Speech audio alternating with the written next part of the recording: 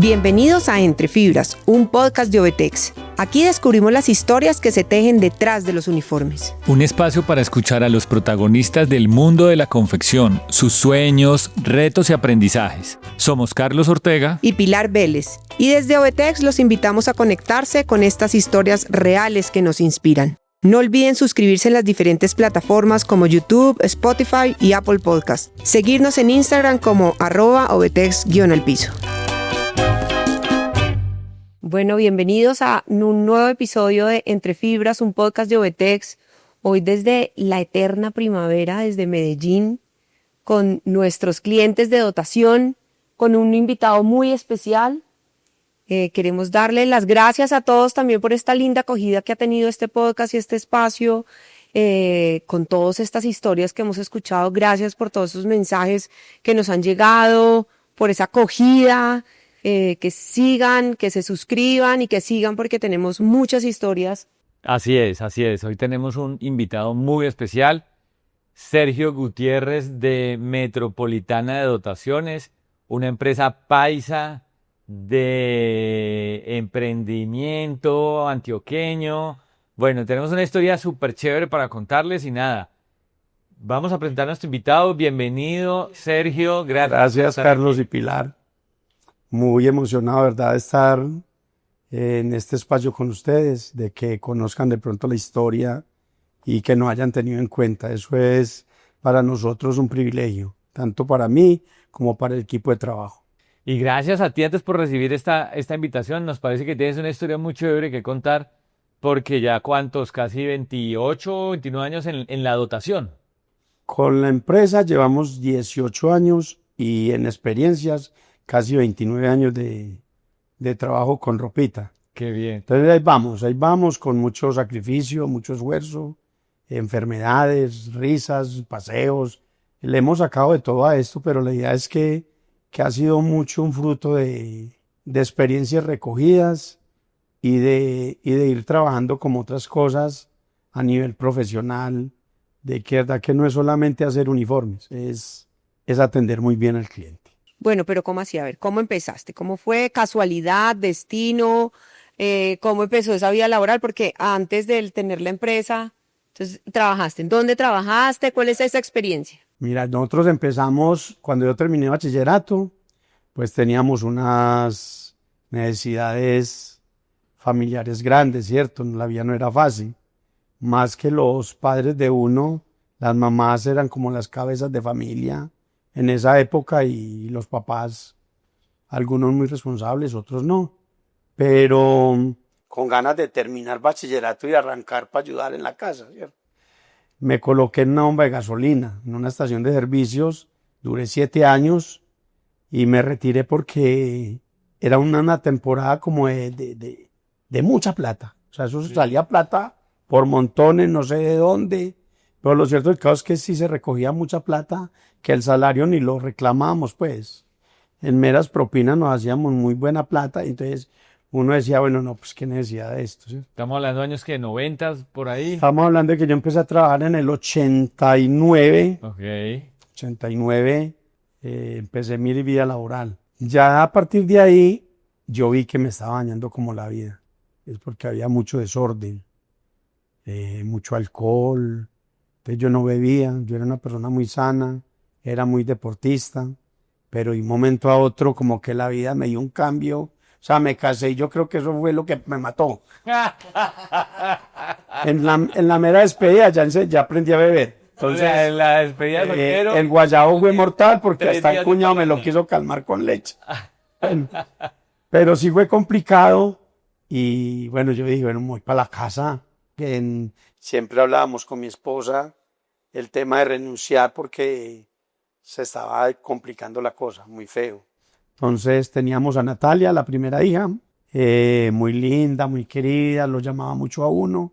Entonces eso como que el programa se llama Entre Fibras y yo creo que eso me movió la fibra a mí, ¿cierto? Sí. Entonces éramos muy queridos, pero entonces venga, me voy a dañar la vida, ¿no? Me salí y me puse a vender oro. Okay. Me quebré, o sea, eso no, la gente no paga. Me puse a vender uniformes, pantalonetas, camisetas y tampoco, güey. Qué bravo. pero me le metí al cuento. Ok. Bueno, de ahí me llamaron de Calzado 70 porque tenían la necesidad y había una coloca muy buena que era manejar el almacén. Entonces me entrevistaron y me ofrecieron el puesto. Entonces ahí había una persona más capacitada que yo y yo le dije, ¿por qué no lo coges vos, Raúl? ¿Cierto? Coges lo que vos tenés toda la experiencia y toda la capacidad. Me dijo, parce, no me meto en eso ni por el chiras. Entonces yo llegué y yo dije, bueno, usted me enseña, yo me le mido. Y me le medí. La gerente que había en ese momento era una gerente, Marta López, y le vendió la idea a los dueños de meterme en la parte comercial. Entonces nosotros éramos un grupo de trabajo como de 5 personas y yo los dejaba ellos encargados y la gerente me mandó a viajar a todas las ciudades donde tuve las experiencias que yo nunca había tenido en mi vida, como de llegar a un hotel, de ir a un aeropuerto, de comprarme un cachaco. Entonces la experiencia más bonita la viví en Cali con Calzatodo, con don Alberto Rego. Me dijo, como usted es Sergio, quítese esa huevonada, que si a usted le estorba, la personalidad suya es esta. Usted me ve a mí con cachaco, con corbata, no. Sea auténtico, la Como autenticidad ustedes. ante todo, claro. Y a Él vender. decía, usted va a ser el gerente de Calzado 70. Y yo, oiga, don Alberto, ¿y cree que...? Entonces, bueno, pero pasaron las cosas y de ahí renuncié y me fui para Sumidán. Fue la primera experiencia que tuve con uniformes, Ya con ropa de trabajo. con ¿verdad? ropa de trabajo. Entonces ahí sí empecé con los trapitos. Muy querido Sergio, me metieron a manejar la parte de calzado y a manejar los vendedores. Entonces, los encargados de cada piso, don Carlos el de Sumidán, don Carlos Betancourt, muy querido, me dijo, trate de hacer todo en el segundo piso, lo de calzado, y manéjelo. Maneje los vendedores, maneje los clientes, y me va contando. Bueno, lo cierto del caso es que muy querido don Carlos, nos tocó vivir una experiencia con él muy bonita, y era la parte de ser muy rígido, muy constructivo, pero sabía que yo. Entonces eso lo aprendí mucho. Qué bueno, esas experiencias y esos maestros que le pone a uno la vida para, de esos 9 años que estás diciendo que trabajaste y esos son los aprendizajes. Claro. Esos mentores. Ve, mira que Pilar, que nosotros, ¿qué hacíamos? Yo me quedaba sin trabajo y me iba a trabajar con un concuñado. Tenía una empresa de corte a terceros y yo siempre le aterrizaba ya a visitarlo. Y yo le decía, Edwin, me quedé sin trabajo, hermano, al menos para la comida. Y allá empecé, entonces ya aprendí a trazar, a cortar, entonces yo era sin pereza, entonces yo iba y era un domingo, un sábado, un día de fiesta, y yo siempre lo acompañaba, entonces aprendí mucho. Entonces él le soltaba a uno la máquina, entonces yo era sin miedo también, y él me decía, si hay algún daño, usted lo paga, y yo no, vamos a tratar de no hacer daños.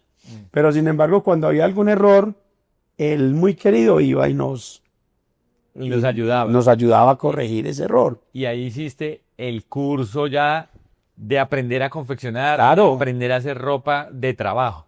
A cortar y a trazar, que era muy importante. Yo pienso que en esta carrera pues que llevamos de 18 años, ha sido muy importante que uno tenga conocimiento de muchas cosas. Entonces, por ejemplo, yo en Almartés, que también es otra historia, De otra fábrica. después de Sumidán, Sí. yo me quedé antojado de seguir trabajando en Calzado 70 y volví a pedir trabajo en Calzado 70. Entonces también aprendí mucho, ¿cierto? Ahí aprendí ya toda la parte comercial y ya me dediqué como a otras cosas. Cuando renuncié ahí, empecé un bagaje de puestos que eso parecía una locura. Yo le decía a mi esposa, pero ¿qué pasa, hombre? No duró sino un año en cada una. Entonces la última empresa, ¿Y era que te echaban o tú no, yo renunciabas? renunciaba. Por ejemplo, esta historia es bonita porque me llamó un amigo y me dijo, Omar Agudelo necesita una persona que le maneje un almacén. Y yo me le metí. Pero ese año que trabajé con él, eso fue una locura porque me enfermé. Eso yo no era capaz de bajarme del colectivo. Entonces, él todo el tiempo decía que yo era el jefe del almacén y que era el dueño. Y entonces todos esos malosos llegaban allá y dígale a Sergio que Sergio le cuadra eso. Y yo no tenía con qué cuadrarles nada. Él era el que autorizaba. Entonces me estaba metiendo, era como en problemas, y yo dije, no, yo le renuncio. Y entonces renuncié.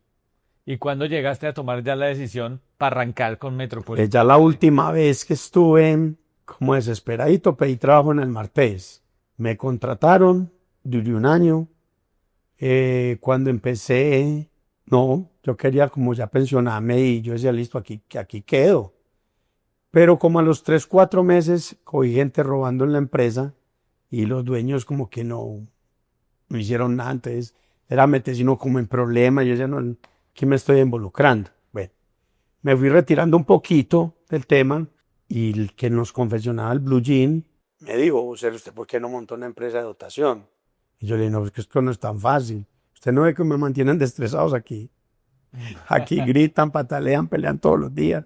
Yo, no, eso es muy complicado. ¿Y de dónde plata? Pero es que entonces él me decía, pero es que la experiencia suya es mucha.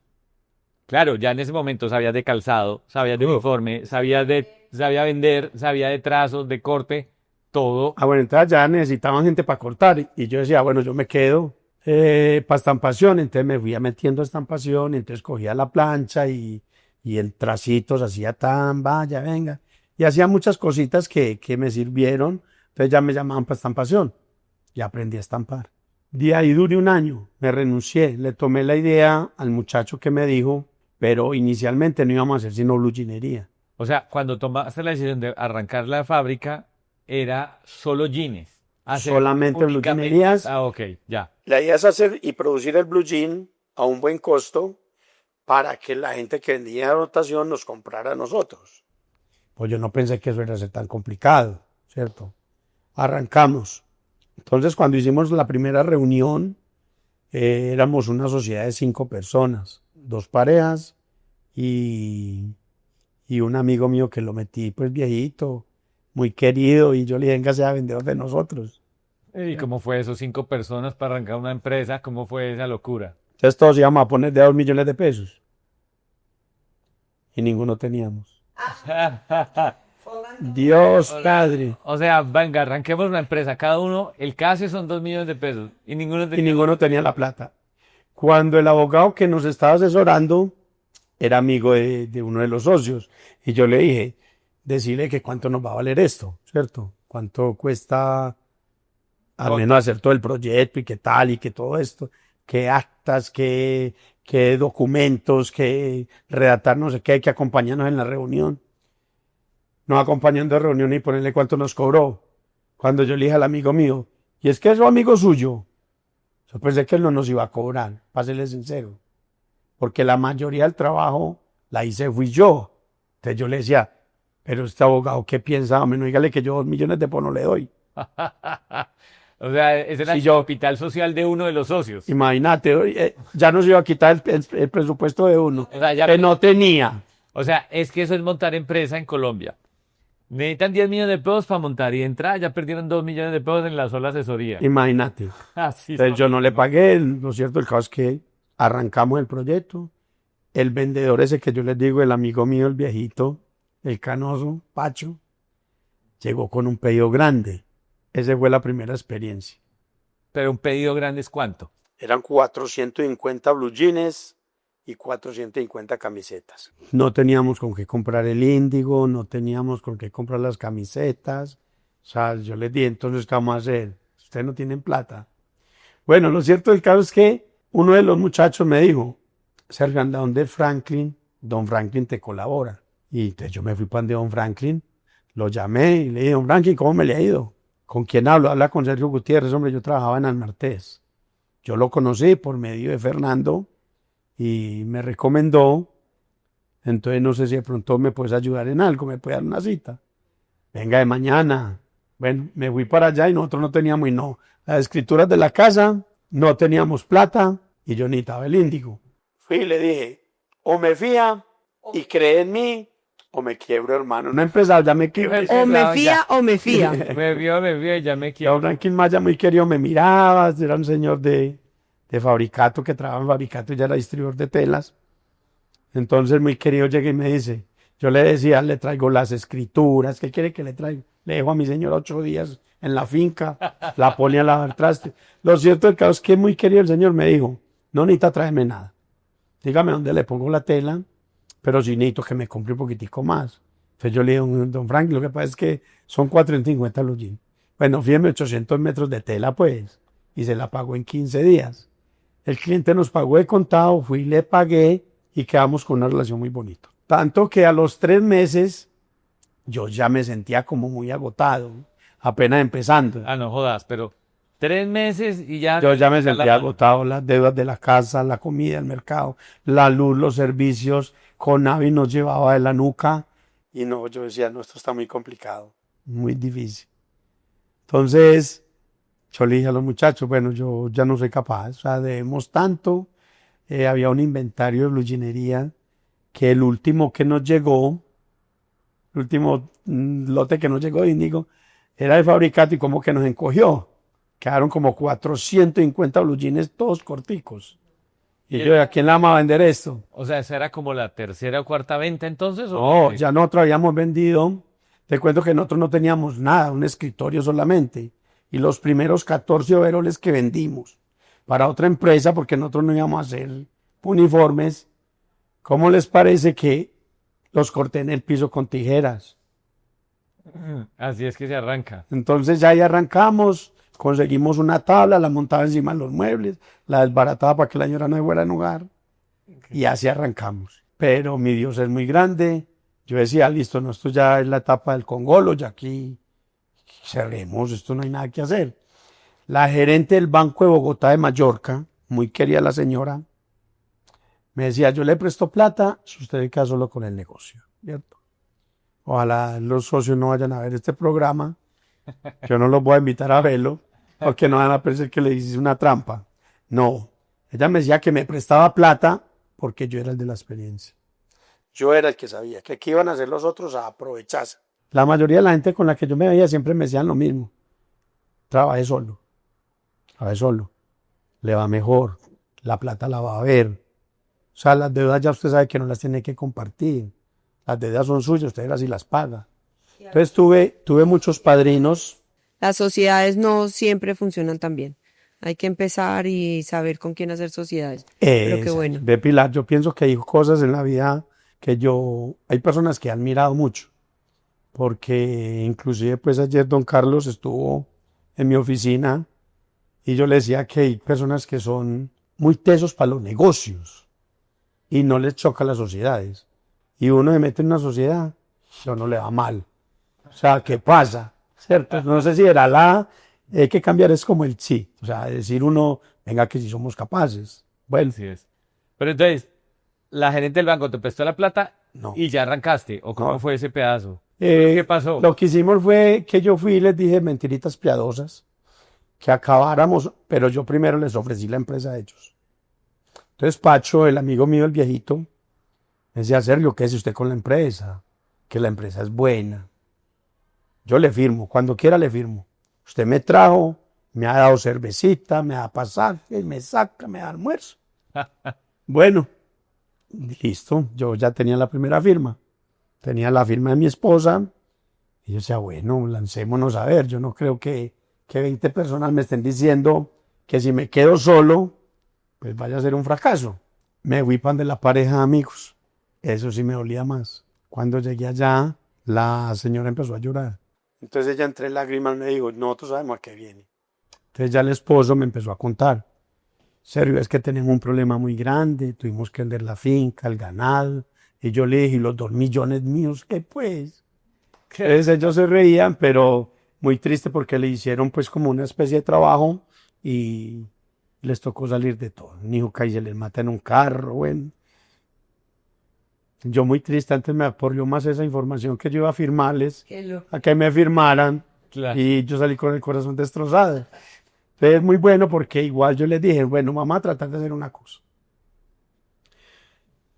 Apenas hagamos el cambio de esto, yo trato de pagarle lo más rápido que se pueda a la bluginería que tenemos. Yo me vine, fui a la Cámara de Comercio, presenté todo y ya quedé solo con la empresa.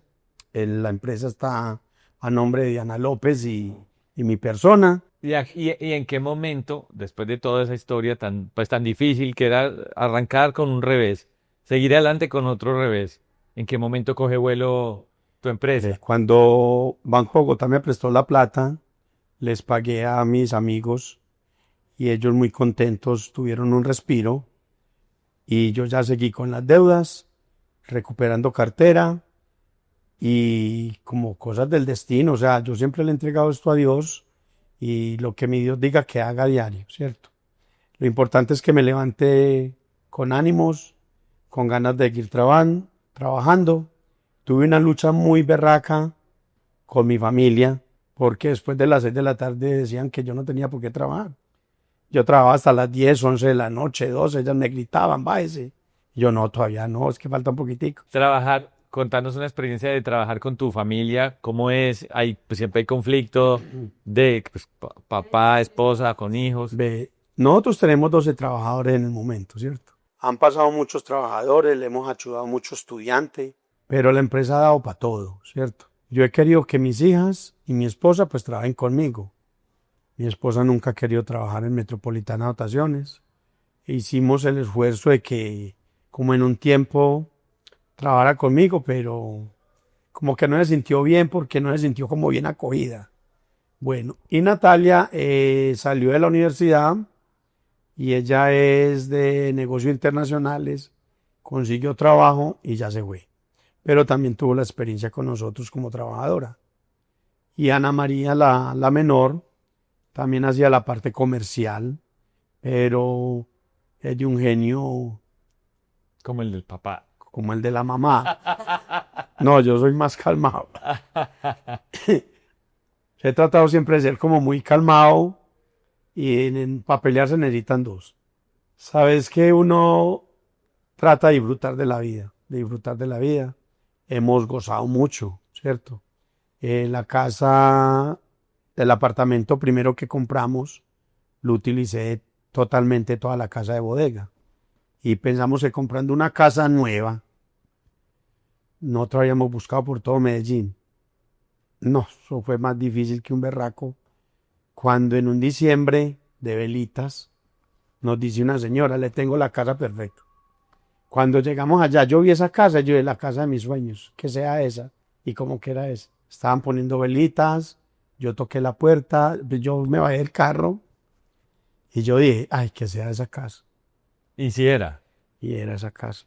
Esas son las recompensas que trae también una decisión de continuar, de esforzarse, de sortear los problemas de calidad con el encobrimiento de los jeans que contaste, de las devoluciones, de estar casi quebrado, pero seguir empujando. Al final viene la recompensa. Ve, y que cortico, Carlos, para no hacerlo muy extenso, con esos blue jeans me cuesta lo más de bien, porque de Barranquilla me llamaron que si yo tenía blue jeans de niños, y yo tengo unos que me encogieron, si quieres los vendo. Y como que los retallé y los vendí y me los recibieron todos. Y Es lo que para la costa vende todo, entonces yo los vendí para allá. los negocios tienen esos desquites, ¿no? Claro. Viene una mala, pero más adelante viene un desquite y lo importante es mantenerse, mantenerse. Y hablando de mantenerse, ¿cómo ves el futuro? Así ya para terminar, Sergio, de la dotación. Ve, Carlos, ¿Cómo yo estás siempre he viendo eso? pensado, y Pilar, que uno, en la vida la justicia divina eso sí existe, ¿cierto? El que es justo, la justicia llega para uno también, ¿cierto? Hay cosas en la vida que uno piensa que el futuro es incierto, porque yo pensaría que los que mandan el país tienen que tener una retribución para las personas que estamos generando empleo y uno no lo logra ver. Entonces se vuelve muy complicado. Por eso hoy un futuro, uno tiene que continuar, ¿cierto? No sabe uno hasta cuándo, pero uno tiene que seguir batallando. Y ahí vamos. O sea, uno, yo no sé, yo me peleo con Carlos por los precios y hasta donde él se pueda bajar. Y Patricia, la vendedora, dice que yo soy el niño mimado de él. Entonces es bacano porque uno, ahí es donde uno ve el futuro bueno. Donde uno tiene, o sea, yo cuando empecé a comprarle a Coltejer, y Carlos ayer nos contaba la historia de Coltejer, en el primer capítulo de Entre Fibras, yo lo escuché y da alegría saber, porque en mi casa estuvo el gerente de Coltejer y una persona joven, bacano, y uno sentirse como visitado por gente pues muy inteligente. Entonces eso... Inteligente, tú que has hecho esa empresa y que de verdad esa constancia, porque es constancia, es haber trabajado en muchas empresas en lo mismo, haber aprendido un oficio. Otra cosa sería, te fuiste para un restaurante y te fuiste para otra. No, has estado en dotación, en confección, como decíamos ahora, aprendiste de todo y eso es lo que te ha llevado a este éxito que tiene la empresa hoy en día. Un mensaje que le quieras dejar, un mensaje final para esas nuevas generaciones que de pronto no ven tan atractivo el negocio de los trapitos, como decías, el negocio de la confección, de la dotación, y animarlos para que sigan también produciendo. Yo pienso que es un negocio de... Yo siempre he pensado que es un negocio que es de muy buenos frutos. Es dedicación, de estar ahí uno pendiente de las cosas, de uno ser echado para adelante. Uno sabe que el estrés de una empresa es difícil, pero yo siempre he pensado que si uno es honesto con los clientes y uno da una calidad buena, el negocio es próspero. Es próspero, se necesita plata, se necesita sacrificio. Ese legado, ¿qué te gustaría dejar ese legado? Tú piensas en el futuro y dices tú, Diana no está en el negocio, tus hijas tampoco. ¿Cómo ves? ¿Qué quisieras dejar? Pilar, yo esperaría que mi sueño es que ellas se queden con el negocio, ¿cierto? Y yo estoy seguro que ellos lo tienen en la mente. No se vienen todavía de donde están, porque seríamos cabalgar muchos, pero yo sé que el día de mañana ellos van a estar al frente de la empresa. Pues Sergio, muchas gracias. Muchas gracias por contarnos esa historia, la fibra que hay detrás de Metropolitana de Dotaciones. Y qué rico haberte tenido aquí contando esa historia. Muchas gracias, de verdad que sí, mi familia se mantiene muy agradecida. No. Cuando Carlos me contó la primera vez, las hijas mías estaban paradas ahí. Y entonces las hijas mías, excelente, papá, de una, eso es muy bueno, porque eso te lanza al estrellato, ya vas a estar en cámara. Ave María, qué bien, muy bien. No, me parece bacano. Sergio, muchas gracias, porque de verdad esas historias reales, son historias reales que están detrás de estas empresas de confección, ¿no? Y de tanto tiempo y de tanto sacrificio. No, gracias a ustedes, de verdad que el apoyo lo hemos visto. Hemos salido también adelante por ustedes. Para eso estamos. Muchas gracias. Bueno, muchas gracias a todos por escucharnos, por este nuevo episodio. Espero que nos sigan. Y bueno, ya vieron, con una historia muy interesante, muy afectiva, de la realidad de los negocios y de las industrias. Y aquí vamos a seguir. Necesitamos que nos sigan para contarles las historias de las empresas de dotación en Colombia. Desde las más antiguas hasta las más nuevas, las más grandes hasta las más pequeñas. De todos les vamos a contar las historias. Y para que nos sigan y para que tú estés también más adelante acá contándonos tu historia. Un abrazo. Chao, chao. Chao, chao. Gracias por acompañarnos en este episodio de Entre Fibras, un podcast de Ovetex. Nos encanta descubrir las historias que hay detrás de cada prenda y esperamos que esta también te haya inspirado. Si te gustó este capítulo, compártelo, suscríbete y déjanos tus comentarios. Queremos seguir hilando estas historias contigo. Relatores, contando historias.